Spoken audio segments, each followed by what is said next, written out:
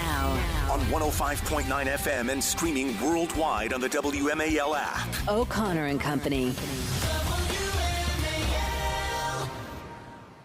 It's 5:06 on this Friday in the nation's capital, the 5th day of July, the day after the Independence Day celebrations, where all Americans gathered together last night, unified in the one same thought at the same time. What in God's name is that stain on the president's jacket? Yes. What? It's baby food, obviously. Yeah. That's Patrice. No, Onwuka. seriously. It's baby Patrice food. Onwuka, the mother of two. Well, I guess you're not toddlers now, but you've just been through it with babies, and I've been pretty close, yeah. you have a keen eye for such things. Absolutely. And you are maintaining that Weird the President stains, of the United yes. States eats baby food. Well, How I did didn't it get say he there eats on it. the jacket? Well, no, you know when you're putting the spoon to your mouth and it's too much and your hand might be shaky and it just a dollop drops on your jacket. That's what it looks like to me. I will get to the bottom of it before the morning is out. Also at 7:05, John McGuire, who is now the Republican nominee, officially confirmed 1,000% in Virginia's 5th Congressional District. 8:05, Connor Boyack. He's the creator of the Tuttle Twins. Hello. They got a brand new American history book. And then at 8:35, Christian Toto on your summer movies that should be opening today. Ooh. Is a Despicable Me situation that I'm told Yes. is, look at, you're all ready for, you're all in for Despicable Me. Happy Friday, Larry. Thank you, Patrice. It is so nice. And by the way, my kids are now old enough to sit through a movie. We did it last week for the first time. I'm so jazzed. We That's can go to huge. the movies again. Absolutely huge. Congrats.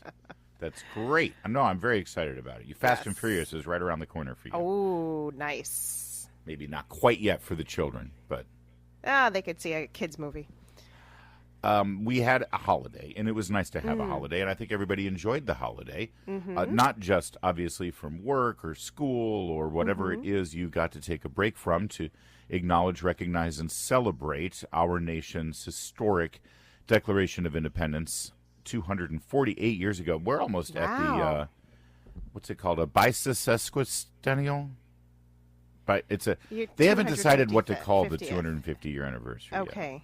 Okay, well, that's okay. They'll figure it out soon. Bicentennial, I think, is the one. Anyway, we're 2 years away from that. That'll be exciting. But anyway, we had a holiday for all of those reasons. But Patrice, for the president and for this embattled White House, they believe they had a holiday from the scandal that continues to develop hour by hour as the incapacitated president of the United States still sits in the Oval Office. And we want to revisit that and jump right into it. But we have to recognize that there are multiple scandals involved here, not just the scandal that the President of the United States is incapacitated and still sits as the Commander-in-Chief and the nominee for his party come November, but also the media scandal continues to unfold. It seemed like earlier this week, when reporters were actually asking tough questions of Karine Jean-Pierre, that the media was trying to take the stance that we had no idea any of this was going on, but now that we see it, we're going to start asking tough questions, which I don't know about you, Patrice, but I think that's not, no one's buying that. No. They had a closer view of President Biden than we did. And we saw it, so they can't claim they didn't see it. No, of course not. Listen, they've had opportunity after opportunity to raise President Biden's mental fitness in the every time Karine Jean-Pierre took a press conference, every time President Biden took some ad hoc questions. So I'm not buying it that they were totally in the dark, that they didn't know that the wool has been pulled over their eyes. No, they've just been exposed, just like President Biden, for their cover-up of his mental capacity, his deteriorating mental capacity. Well, speaking of cover-ups, the media's behavior in how they're reporting on this story now is, in fact, a cover-up, and we're watching it unfold before our eyes. Listen to this. Okay. According to Eric Wempel's reporting, the New York Times executive editor, Joe Kahn, sent out a note to staffers with multiple thoughts about the newspaper's role in covering Biden's age. Now, that's fascinating in and of itself. Why does the executive editor have to send out a note to all of his reporters talking about how they've been covering a story, unless there's some question as to how they've been covering the story, for sure. right? Yeah. Yeah. So right there, he's sort of conceding that this needs to be responded to because on the face of it, it sure looks like the media has been in on the story. Here's what he said, or part of what he said, quoting now. There's ample speculation online about what the news media did and didn't do with respect to covering the president's age. No, there isn't. It's not speculation. We don't need to speculate. This is so funny about the media. They pretend like the job they have is in some way private and quiet. No one really sees what we do. No, the whole point of the media is that it is out front and something consumable and observable. Yes, transparency. We see what you do. You don't have to tell us what you were really doing. We know what you were really doing because that's the whole point of doing what you do is to put it out in front of us so we can read it or listen to it or watch it. There's no speculation about how you covered this. All right, continuing. What I've seen and what our readers have experienced from our team is steadfast, fact-based reporting on the subject that began a couple of years ago as we documented Biden's age-related challenges in multiple industry-leading articles. We have stayed on the story at every turn, always with nuance and context through today's outstanding report. But here's the thing. Isn't this the same newspaper just 10 days ago that was saying Republicans and right-wing media were using cheap fakes to falsely depict the president as debilitated? Absolutely. No, what that message was is laced with it's talking points laced with keywords that he wants repeated, tweeted, shared on social media. And I'll point out some of those keywords: steadfast, fact-based reporting, industry-leading articles, nuance and context. Those are the types of terms that they will just drop in there so that you will hear Karine Jean-Pierre saying something like that, or some of the other news outlets, both the staffers at the New York Times, but then their friends at the Post, their friends at CNN, and the media pundits will start using these quotes and these terms to make it seem like, oh yes, we've been doing fact-based reporting from the beginning and so on. It is absolute gaslighting. I think you're 100%. But that gaslighting, and here's the executive editor. This is a smoking gun of him telling all of his reporters, okay, here's the party line you all stick to. Yeah, that's the company line. Meanwhile, yesterday, Olivia Nuzzi, reporter for New York Magazine, wrote an article, and the headline of the article is "The Conspiracy of Silence to Protect Joe Biden." So you think, oh, here's a reporter who has approached this now from the outside looking in, who is now reporting on the media and on the people within the government who have been keeping quiet about Joe Biden, right? But she sort of gives away the story in her own promotion of this. She put out on a tweet on X, she said, quoting now, "In January, I began hearing similar stories from Democratic officials, activists, and donors who came away from interactions with Joe Biden disturbed by what they had seen. So for New York Magazine, I wrote The Conspiracy of Silence to Protect the President." Now, what jumps out at you at that description of how she came across this story? That it was back in January. That's 6 months ago, 7 months ago now. Check the calendar, guys. It's July. This was literally over 6 months ago that she first stumbled upon this story, and she's now coming out with it to talk about. She it was on her to-do list, but something just kept coming up, and so now she puts it out there. It's funny that everyone keeps saying it's been about 6 or 7 months that they've seen the significant deterioration in the president's faculties. Yeah. I don't. Well, obviously we know that that's not the case. It's been more than 6 months or 7 months, but I think they're trying to do that because there has been no major legislation passed in 2024. We have seen 2023 and 2022 and 2021 major pieces of the Biden agenda pass. If you go back any further than that, beyond this year, then it starts to call into question everything that he's put his money himself behind as questionable itself, the policies. Right. Let's continue this in a moment because I think it's charming. Coming from you're a policy person. You've always been a policy person. Yeah. So coming from the perspective of passing legislation, I think it's charming that you think that that's why the media has been quiet, and that may be part of it. But if I may, I think there may be more going on here than just we want to make sure we get the climate change bill passed. I think maybe they were quiet for a couple of other reasons too. I'll throw that out there and also talk to you more.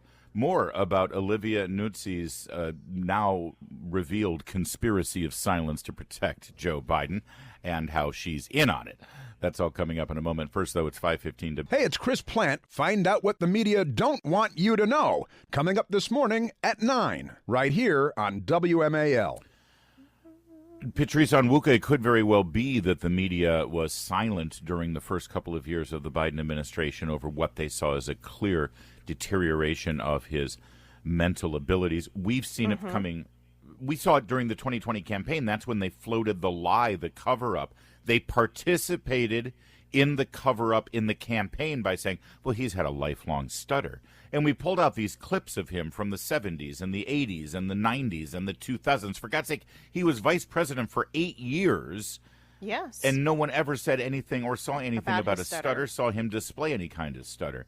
And then we see suddenly this halting speech pattern of his where he would stumble over words and then meander in the middle of a sentence. And how many times do we see him do this where he goes down this rabbit hole in his mind and then immediately he goes, well, anyway, and then just stops the thought and moves on somewhere else. And it happens all the time, and it was happening back then. They allowed him to campaign from his basement, Patrice. That's right, yes. It was and on it may his be schedule, because, his terms. Yes, and then maybe because they wanted great legislation. But I would also argue he served two purposes as far as the media was concerned, beyond legislation, beyond policy. Number one, stop Donald Trump. Yes. And they needed to prop him up so that they could stop Donald Trump during the campaign. And then once he was president, stop Donald Trump. That was the second goal that he had. And they had to prop him up. And the way he was going to stop Donald Trump during his presidency was he was going to convict him. He was going to go after him. He was going to throw him in jail. He was going to outlaw conservatism, basically. Because it's not just enough that Donald Trump needs to go away. No, speech after speech after speech from Donald Trump where he called all of the people who vote for Mr. Trump a MAGA fascist extremist and a danger to our nation. Remember, it's always you, the voter, that he slimes as well. Those speeches from Joe Biden were applauded and cheered and celebrated by this very same media. So they needed him to finish that job. And he failed. He didn't convict Donald Trump. So now, because of his debate performance, it's like, yeah, we don't need him anymore. He failed at his other job, so we're going to stop propping him up. Well, Ian, that's the cynical version. I mean, yeah, I think there's a whole lot of merit to being cynical about what President Biden's use was, which was, both to stop Donald Trump and to usher in a radical agenda that would transform this nation. And it backfired in a lot of ways from a policy standpoint when inflation took off, and they tried their best to deny it until it was undeniable. And now the party line as well, it's coming down. And Biden should take credit. But his agenda, which is actually their radical agenda, it's just amazing to see because, Larry, let's wind back the clock to 2020. We were told that President Biden, he's the least radical that you can put out there. We were told that he was going to be the adult in the room, that he was going to be the steady hand at the helm of our military, of our nation. And even back then, I think they didn't believe that, but they knew that the people who were controlling the strings behind President Biden would be able to get accomplished everything from stopping President Trump to also transforming this nation with this ultra radical agenda. You can't get more radical than, if Bernie Sanders co-signs everything you're doing, you're very radical. So it's crazy, Larry. This is where we're at. But we knew the truth back then. We saw the mountain. We saw the thunder making up on the mountain back then. And the media is now trying to distance themselves and act like, oh, we had no idea, and now we're going to start telling you what we're learning from inside sources, which is, no, they are the inside sources. They saw all of it. By the way, this is part of another article on this. The country saw at the debate this is a quote from one of the sources. The country saw at the debate what those of us who have had personal interactions with him have all known for the last 2.5 years. A senator said, speaking on condition of anonymity. Why are they granting a senator anonymity when that senator has participated in a 2.5 year cover-up? By And the way, make there are no only mistake. 50, 100 of them. So, I Yeah, mean, this that's is a pretty cover-up. impressive. The Wall Street Journal wrote that exact same article 3 weeks ago with Republicans, not anonymous, Republicans on the record, including Kevin McCarthy, including Mike Johnson, and many other and they ripped it apart. The media did by covering they covered up for Joe Biden and participated in a cover-up right up until the moment that they couldn't cover it up anymore. And now they're acting like they're, again, the pristine truth tellers. Don't ever let them live this down. Don't ever let them. And everyone is, oh, well, Kamala will now step in. No, Kamala participated in a cover-up. She's part of Kamala deceived the American people and violated her oath. She and everyone who has known about this had a duty to call this out and to replace Joe Biden as the incompetent that he is. And it continues today. There's only Absolutely. 3 or 4 Democrats who aren't sworn to defend them, who have stepped up. And, James Carville doesn't count, guys. Okay? They have to be elected officials, people in the cabinet That's of right. the White House right now. The Every cabinet single members. cabinet member who is going to try to advance their career. Pete Buttigieg is going to say, well, now I want you to be your president or your vice president. No, you are the Secretary of Transportation. You have a sworn duty to uphold Yes, the you do. Constitution and protect this government, and you are covering this up. They're all participants in it, and we shall never let them forget it. It's 524. Now, On 105.9 FM and streaming worldwide on the WMAL app. O'Connor and Company. 5:36 on this Friday, day after Independence Day. Thanks for tuning in here. Hope you had a great day yesterday, weather-wise. I'm looking at the same stifling heat today. We're going to get you wherever you need to go, though, with traffic and weather every 10 minutes on the fives and some sparkling conversation, not just with John McGuire at 7:05, who's going to be your Republican nominee now officially for the 5th District in Virginia, but also at 8:05 with Connor Boyack, the creator of Tuttle Twins, on their brand new American history book, and then at 8:35, Christian Toto on the new summer movies rolling out. All that sparkling conversation, of course, capped off with the delightful, the devastatingly delectable Patrice Onwuka. I don't know. I had to come up with another D word, but, I hope That works. Happy Friday, Larry. Happy Friday, everybody. Friday to you. We're spending some time analyzing how, not just how the media was incompetent, if you want to grant them that. The best grace you can grant the media on how they have covered the debilitated presidency of Joe Biden and his incompetence and his inability to actually be president of the United States, his diminished mental capabilities and faculties, that puts our nation in danger. The best grace you Absolutely. can give them is that they were incompetent and they weren't doing their job. However, more accurately, they were part of this cover-up. This is a Yes. vast cover-up that everybody participated in, right up until the moment they couldn't.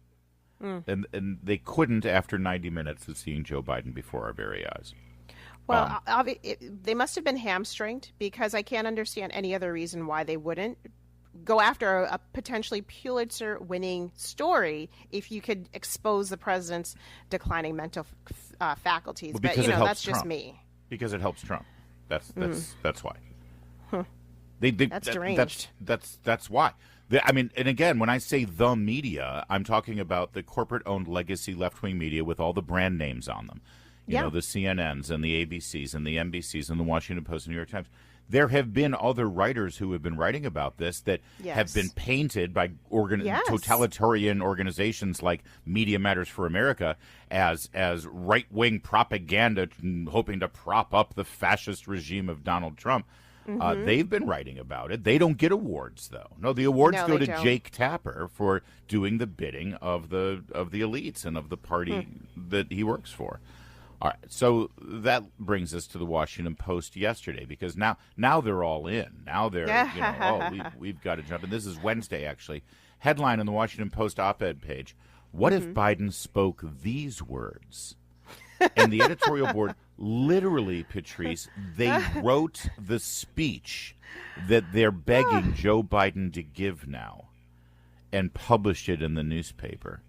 The Democratic National Committee, senior Democratic leaders, and I have agreed on an orderly process to select our next nominee, which will include debates between now and our convention in August.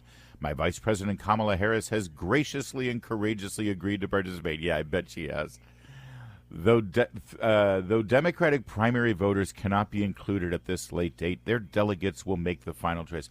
You see, a lot of us are saying, oh, well, they're going to just have an open convention. They're going to remove Joe Biden against the will of the Democrat voters and then bring in somebody else. So many of us have been saying, well, that's not very democratic. You know, it's basically a bloodless coup, and a small handful of people are going to decide who's going to be on the ticket. And so here's the Washington Post writing their excuse for them. Right here, no, the Washington Post is saying, please, Joe, spin it this way. And then they wrote it out and published it in the newspaper. And they're still trying to claim that they're just objective observers in the journalistic process. You know, they make for great crisis communication firms, right? That what they're doing is exactly what Olivia Pope from the famous DC show As a Fixer would do, which is change the narrative. I'll give you the line. All you need to do is to deliver it. The problem is that is not their job. That the Washington Post or the New York Times, it's not their job to be the White House's mouthpiece. It is their job to, frankly, be the question and the questions that every American has, posing it back to the White House. There should be an adversarial relationship, not a mentor-mentee relationship between them and the White House. But this is where we're at, and I think they're exposing their own hypocrisy and bias.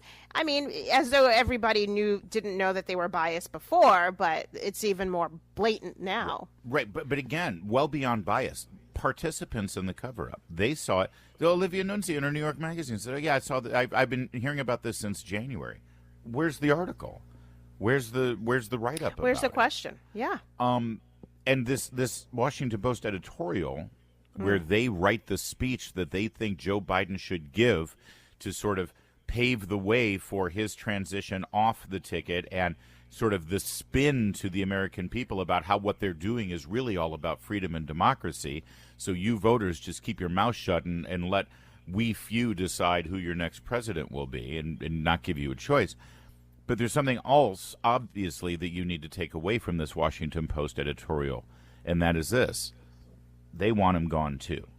They've covered it up as long as they can, and now, by suggesting that the president give this speech, they're obviously saying he can no longer stay in the White House. Joe Biden has officially lost the Washington Post, or at the very least, the Washington Post has announced that they're no longer going to cover up what can't be covered up anymore. So again, the clock is ticking on Joe Biden. He is not going to stay on the ticket, that's for sure. Now the question is whether he actually resigns the presidency as well.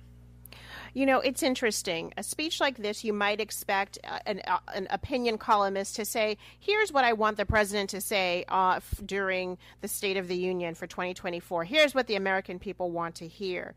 This is different than that. Number one, this is not just a random opinion columnists that they're publishing. This is the actual editors of the Washington Post. These are the people who decide what opinions get heard and what opinions get made. And the fact that they are really trying their best, I guess at this point, to get him out of the way. But putting their thumb on the scale in this way, there's something really dirty about this. There's something worse about this than I think I've read before at any other time. Patrice, do you feel that way? Is it just me? Their whole hand is on the scale. They're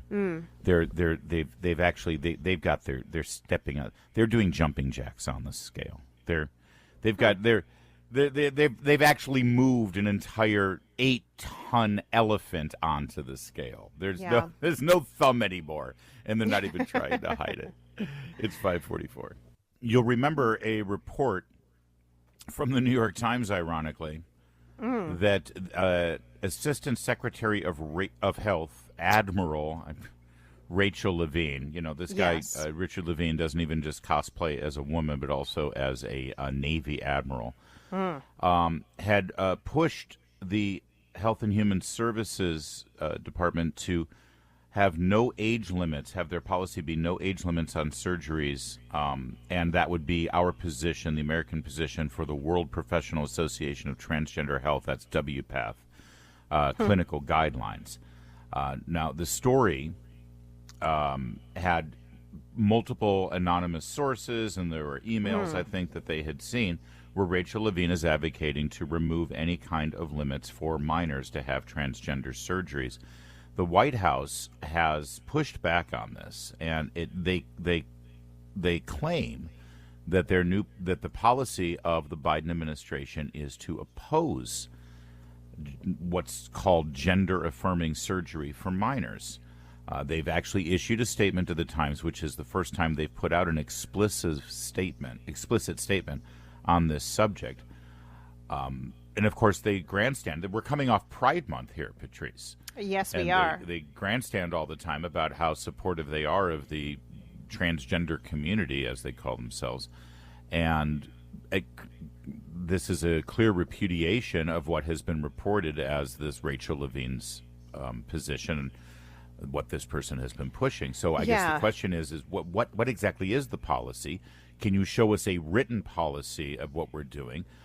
Should Rachel Levine stay in office, given that Rachel Levine has been pushing for this, and now the White House is repudiating that position that the Deputy Secretary of Health and Human Services, or Assistant Secretary, has been pushing? And finally, if you oppose the surgical procedures against minors, what exactly is your science-based position on why you don't oppose chemical procedures on minors? Because those can be just as damaging. Pharmaceuticals that you subscribe or prescribe to a 12-year-old before puberty could render them sterile. It could completely halt the development of their sexual organs. Why don't you oppose that too? We'd love to hear, but we haven't heard answers to those questions at all. So this was a very strategic move on the part of Rachel Levine, recognizing that, and this apparently this came out in some of the in court filings that about Rachel Levine's advocacy here. Rachel Levine recognizes that this World Professional Association of Transgender Health carries weight. And so they had proposed that there be age limits. Let me give you some examples. 15-year-old age limit for mastectomy. So no mastectomies from 15 and below. 16 for breast augmentation or facial surgeries. And 17-year-old for hysterectomies.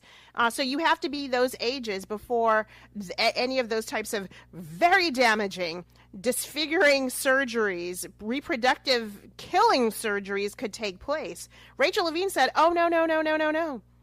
You don't want to put any age limits under the age of 18 at all on any of these types of surgeries. Why? Because then you're going to have Republican states take what you are saying as a world authority and turn it into legislation. Yeah. And so that's what this is about. This is not, I don't think Rachel Levine was working on under any science other than the science of controlling legislation in the United States. And so if you get ahead of the legislatures who are going to look to the professionals, quote unquote, for, what should age limits be on these surgeries? They're going to find that, there are some age limits already proposed. And Rachel Levine does not want that, because Rachel Levine wants 8-year-olds cutting off their breasts. Yeah. Rachel Levine wants 8-year-olds having hysterectomies. 7-year-olds having hysterectomies. Rachel Levine and the other nutcases, and I'm sorry, folks, I hate to call people names, but what they're doing is asinine to children, giving children the green light to destroy their bodies before they can make a decision about whether or not they want to go to the mall, or before they can get a driver's permit to drive themselves to the mall. That's what this is about. We are fighting a war for our children, for their sexuality and for their bodies, because these folks, they want to control our children, and we can't let it happen. So I'm glad this information came out. Yeah, the White House, obviously, in an election year, is now trying to get on the appropriate side of this position. But I just would love to ask several questions of the White House, Rachel Levine, or any advocate. And too many of my conservative/libertarian friends are like, yeah, if you're an adult, if you want to do this to your body, you should be able to do this to your body. Number one, because of the Affordable Care Act, we are compelled to pay for it for people. That's a really as good adults point. Yeah. to do it. So I've got issues with adult surgeries to mutilate your body as well, especially if I have to pay for it. Yeah. And in the military, you have to pay for it too, our tax dollars, number one. But number two, let's just think this through. I really want to get to the bottom of the science here, Patrice. What is your scientific opposition to a 14-year-old having gender-altering surgery? What is your scientific opposition? And I'm assuming that the response here is, well, they're children and they might end up changing their mind someday, right? Which then brings on a couple of more questions, which Absolutely. is, whoa. What do you mean change your mind? I was told that this is a person trapped in the wrong body. I've been told that this is definitive, that if you are a transgender woman, that means you are born in the wrong body. And that means you should be able to lop off that irrelevant penis that you have because you were incorrectly assigned that penis. So whether you're 14 or 40, what difference does it make if the science tells me that you are a woman trapped in a man's body? Which, of course, the fact that they don't want to allow a 14-year-old to do this concedes the point that it isn't science. It's not. I have Well, more mental. respect for the people who say, yeah, let's do this to 14-year-olds because they're at least being consistent. All right. And so then they say, well, no, minors shouldn't do it. Okay. Second question then, follow up. What is the big difference between an 18-year-old and a 14-year-old? Good question. Are you telling me that 4 years makes all the difference in the world in terms of whether someone down the line might change their mind about it or not? Or for that matter, a 14-year-old and a 40-year-old? The point is the science doesn't back up any of this, and the White House has now conceded that by saying, oh, yeah, not for minors, not for minors. It makes no sense. It makes no sense. But you know what, Larry? We make sense.